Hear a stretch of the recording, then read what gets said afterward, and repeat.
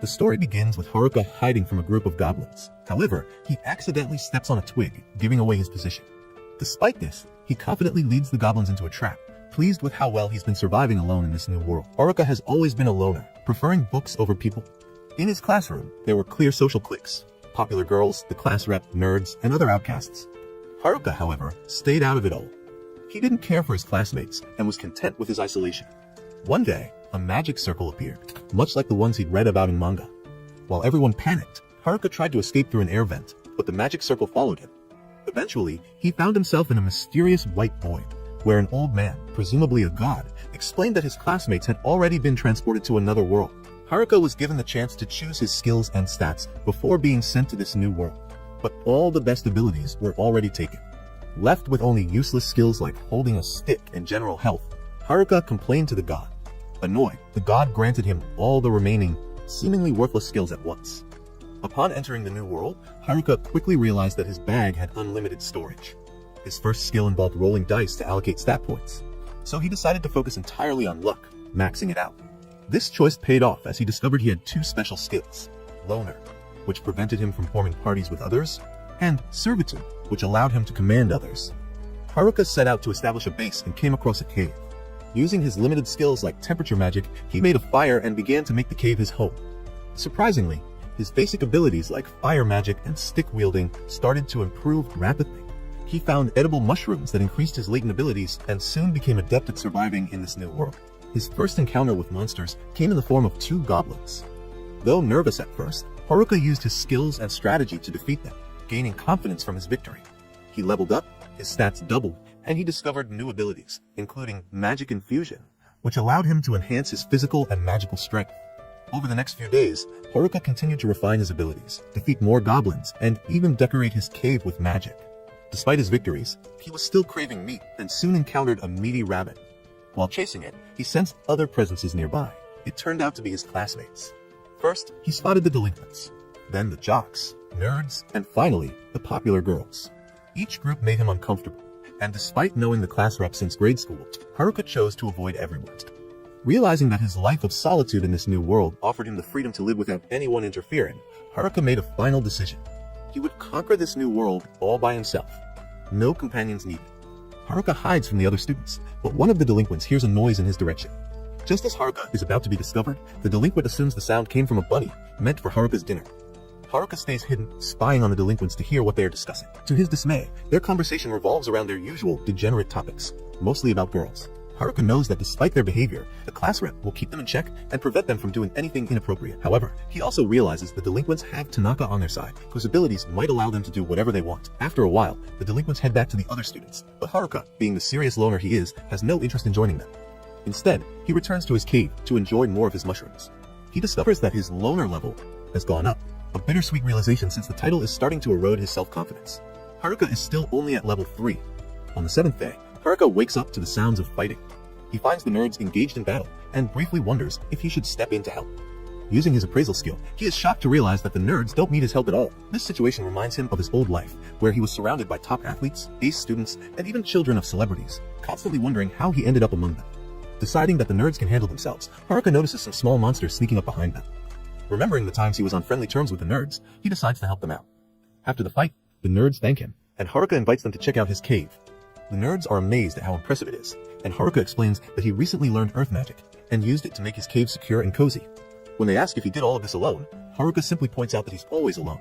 Curious, Haruka asks why the nerds aren't with the rest of the students, and he is shocked by their response.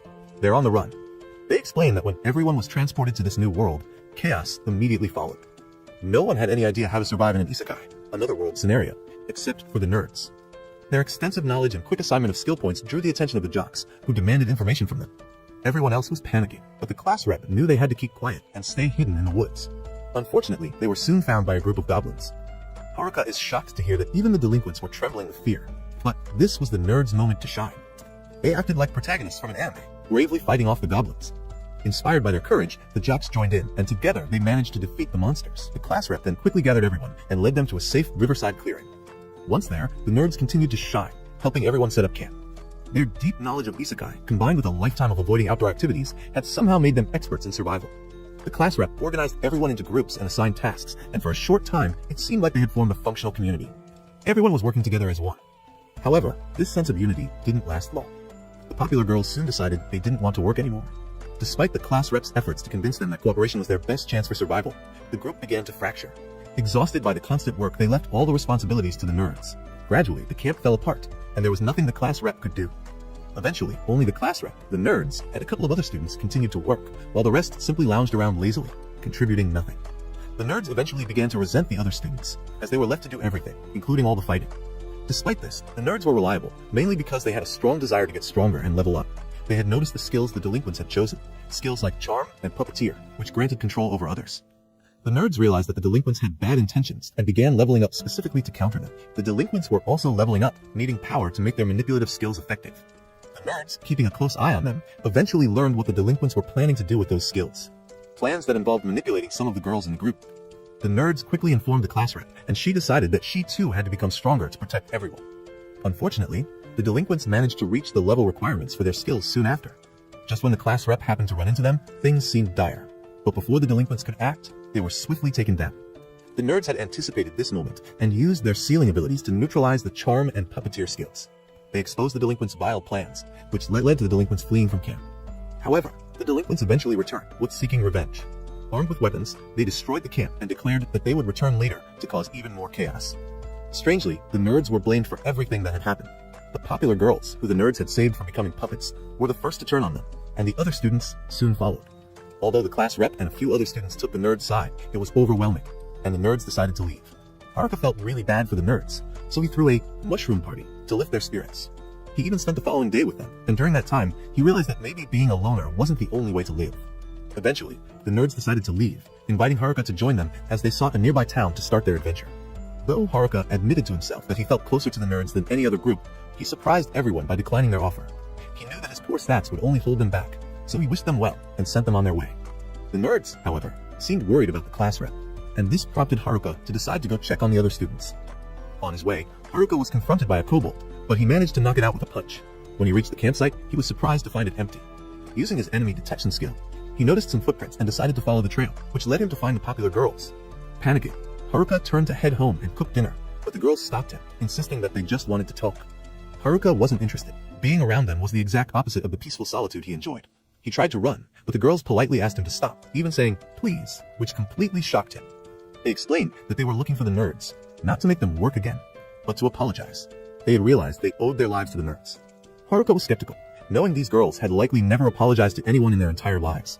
But they seemed serious. He broke the bad news that they probably wouldn't be able to catch up to the nerds, but they insisted on knowing where they had gone. Haruka pointed out that they wouldn't make it out of the woods in their current state. They didn't even know how to fight. The girls looked discouraged, but Haruka demanded to know if they were really going to give up. He wanted to see if they were truly serious about apologizing to the nerds, and in his own way, he thought of testing them. Unfortunately, his harsh motivational tactics backfired, and the girls started crying. They simply wanted to apologize to the nerds, but now, which activated his domination skill. This made him the leader of the girls, and Haruka was left bewildered by how it all happened. The girls began to follow him around like lost puppies, with hollow, obedient expressions. It became even more unnerving when they started finishing off monsters without saying a word, returning with crystals dropped by defeated monsters as if they were retrieving a toy. Haruka tried to heal them, but they only healed him in return, despite him not needing it. He feared what the class rep would say if she saw this strange dynamic, and began to wonder how he could cancel his domination skill. Just then, the class rep found them, but Haruka, deep in thought, didn't notice her at all. She had to force him to acknowledge her presence. Meanwhile, the delinquents, somewhere else, began plotting again, and they decided that their first priority was to get rid of their biggest threat. Haruka is startled when the class rep screams, but she quickly reminds him that they've been friends since grades. She's accompanied by the other girls. Though the class rep is more concerned about what happened to the popular girls, Haruka doesn't know how to explain that the girls have fallen under his control.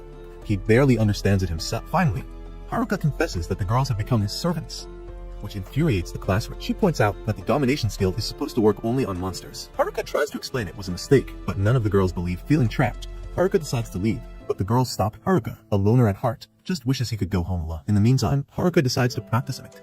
Things start off well, but he ends up accidentally burying himself in the process. Shimazaki told her everything, realizing that Haruka was just trying to help the girls. Haruka, however, doesn't even remember saying anything. The girls thank him for his kindness, but all Haruka wants is to go home. They pressure him to keep helping them, and the class rep becomes curious about what Haruka means by home. Haruka explains that he has built a home in this new world, which shocks the class rep. She thought he was born here. Haruka reveals that he constructed the home himself. Class rep quickly points out that he's the only one with those thoughts. Haruka leads the girls to his house, and they are amazed by the path. Thanks Haruka for everything. She confides in him that the other boys had abandoned the girls, leaving them scared and vulnerable. Being around Haruka, along with the amenities in his home, has helped calm everyone down. Though the class rep feels she hasn't contributed much to the group, Haruka reassures her, pointing out that while she might not have done as much as the nerds, she still played an important role. He explains that the nerds spent their entire lives preparing for this situation by playing games like World of Warcraft, which makes the class rep feel better. As the class rep joins the other girls for the night, Haruka realizes something. He has a home, food, and the ability to defeat monsters. That makes him even weirder than the nerds. The class rep goes to sleep, but Haruka knows he won't be getting any rest tonight. The next morning, Haruka is woken up by one of the girls who tells him that breakfast is ready. Though he just wants to sleep a little longer, she insists. Haruka, still half asleep, is surprised to find that she's made fish for breakfast. After taking a bite, he becomes emotional, realizing how long it's been since he's had such a good meal. The class rep can't believe he's so moved by the fate of fish. They're too fast and slippery to catch, so he's been stuck eating mushrooms by the river. One of the girls demonstrates how she uses lightning magic to stun a group of fish in the water. Haruka asks her to do it again, but this time he wraps her lightning magic with his packing skill, allowing him to move the magic and capture even more fish. Haruka celebrates, realizing he's just learned lightning magic. He's not sure exactly how it works, but he explains to the girls that by using his packing skill on elemental magic, he can harness its power. The class rep is impressed, thinking this new ability is overpowered, but Haruka brushes it off, saying he's stuck with all the worst skills, realizing they need to gain some experience before they can take on tougher monsters. However, he's shocked to learn that all the girls are over level 16, while he's still stuck at level 7. Haruka starts their training by having them fight a group of low-level kobolds, but to his dismay, the girls are the ones who end up knocked out. Haruka, happy that his magic tent has expanded, lets the girls gather inside to review their battle. Afterward, most of the girls leave, but the purple-haired girl from earlier stays behind. She apologizes for her behavior that morning, explaining that she was testing him.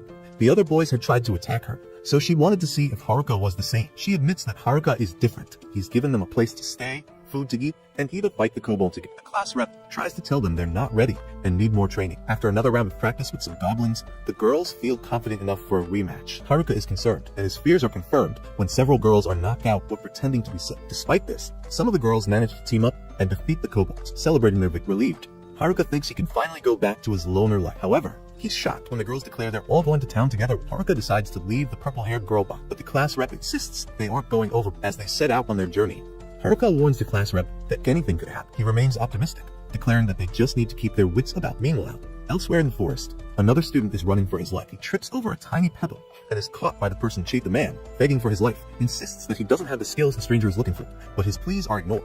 The stranger strangles him to death without a word. Meanwhile, back in the forest, Haruka continues leading the girls out of the woods, escorting them to the nearest civilization. On their journey, they encounter a massive level 11 orc. Haruka tells the girls to stand back and observe his fight to learn from him. With that, he charges forward, wielding only a tiny stick while the orc swings its enormous club down. He recalls the nerds telling him that orcs have high physical defense and can only be defeated with magic. Scrolling through his status screen, Haruka discovers a powerful spell known as Grand Magic. The girls look at Haruka suspiciously, since the orc wasn't supposed to be vulnerable to physical attacks. That night, they camp outside, while Haruka uses earth magic to set traps for their safety. He detects a group of humans approaching. Worried they might be the delinquents, Haruka is relieved to find that it's only the dumb jocks. The class rep, curious, eavesdrops as Haruka confronts them. The jocks explain that they weren't following the girls, but came to warn Haruka about a dangerous skill called hijack, which allows the user to steal other people's skills and abilities. They assure Haruka that the delinquents don't have it, but warn that someone else might. Haruka teases them for not considering that he might have the skill, but the jocks laugh, saying they'd be relieved if he did, since they know he's not a bad guy. Haruka reveals that he doesn't have hijack, but instead possesses a skill called domination, which sounds worse. The jocks aren't too worried, confident that Haruka will just sit somewhere and not cause harm. They leave after asking him to apologize to the girls on their behalf for not standing up to the delinquents. The next morning, as Haruka prepares the group to continue through the forest, the class rep apologizes to him, revealing that she knows about the conversation with the jocks. Haruka realizes that she's the one with the hijack skill, though she asked the nerds to keep it secret. He assures her it's not a big deal, and that the nerds didn't steal it from her, because they trust her. This makes the class rep emotional, and Haruka, flustered, runs away, claiming innocence. Later, as they continue their journey, Haruka decides to cheer everyone up by selling fresh fruit juice. One girl jokes about paying in another way, since she doesn't have any money, but the class rep scolds Haruka for being a pervert, and he stops selling the juice, making the girls pout. They eventually reach a river where Haruka scouts ahead, using physical enhancement and weight magic to lighten himself. He gets a good view of the forest from above, but crashes to the ground after realizing he doesn't know how to land safely. Back at camp, the class rep scolds Haruka for being reckless, but he smooths things over by offering fresh fruit. The next day, they encounter a party of NPCs from this world being attacked by monsters. The class rep insists on helping them, despite Haruka's warning that the NPCs could be dangerous. Reluctantly, Haruka agrees and uses his magic to launch himself toward the NPCs. However, as he flies, he realizes the class rep is hanging onto his cloak, having been caught up in his wind magic. They crash down on the monsters, inadvertently saving the NPCs. The NPCs introduce themselves as Bofer and Gage, thanking Haruka for the rescue. They explain they're merchants who picked up an adventurous quest to fend off monsters attacking the route. Afterward, Haruka cooks some of his bush mushrooms, and the NPCs reveal that they're quite valuable, much to Haruka's jealousy. The class rep keeps Haruka in line, preventing him from becoming a villain, and the group follows the NPCs to a town called Amui. The girls rush toward it, excited, while in the background, we see the delinquents leveling up and plotting revenge. They plan to regain their puppetry and mesmerize skills first, while the jocks secretly observe, worried about their next move. Haru couldn't help but smile as he watched the girls excitedly explore the new city. For a moment, Haru wondered if he should leave since his job seemed done. Thankfully, the class rep was there to maintain order. Frustrated by the chaos, she yelled at Haru to help her manage the flock of bumbling idiots, as she put it. Haru chuckled, thinking she was exaggerating, but when she blew her whistle, the girls immediately gathered around her like a team of disciplined soldiers.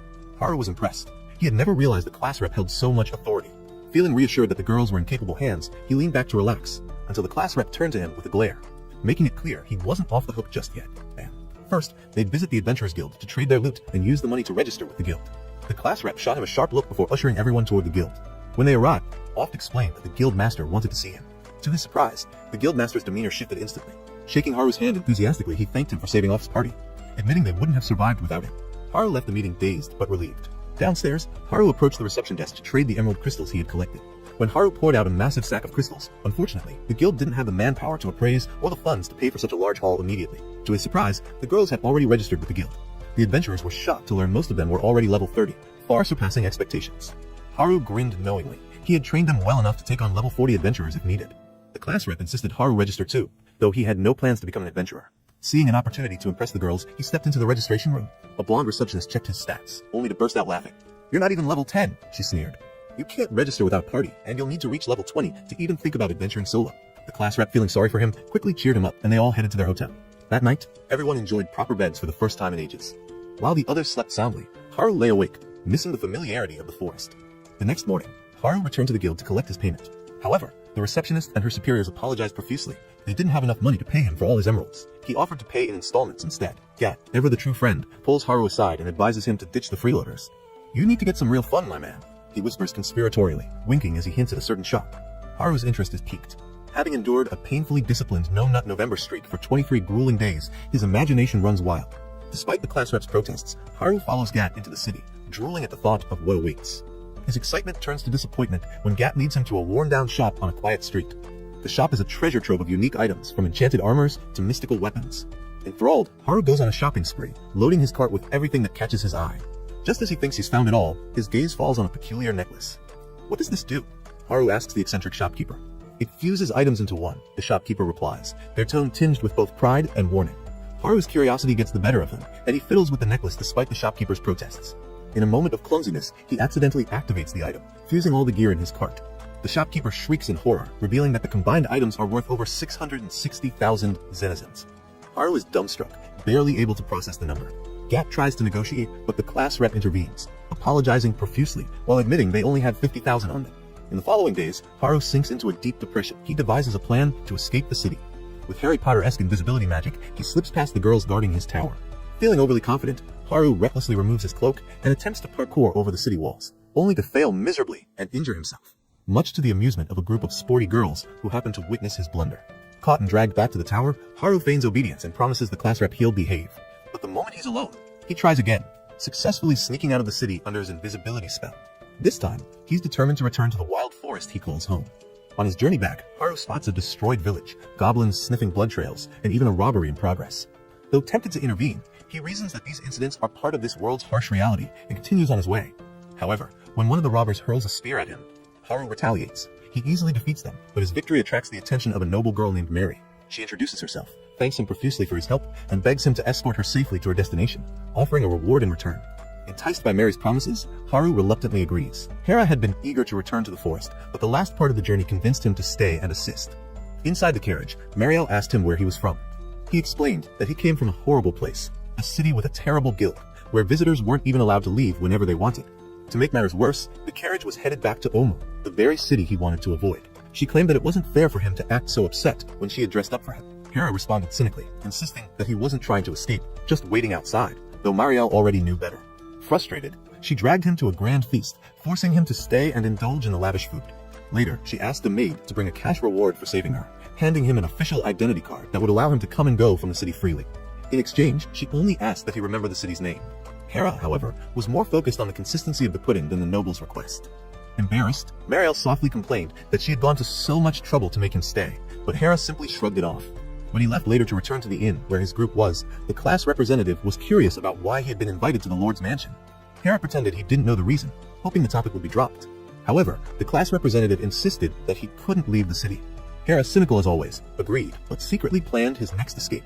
That night, after everyone left, Hera quickly donned his invisibility cloak and prepared to leave, Voice 8.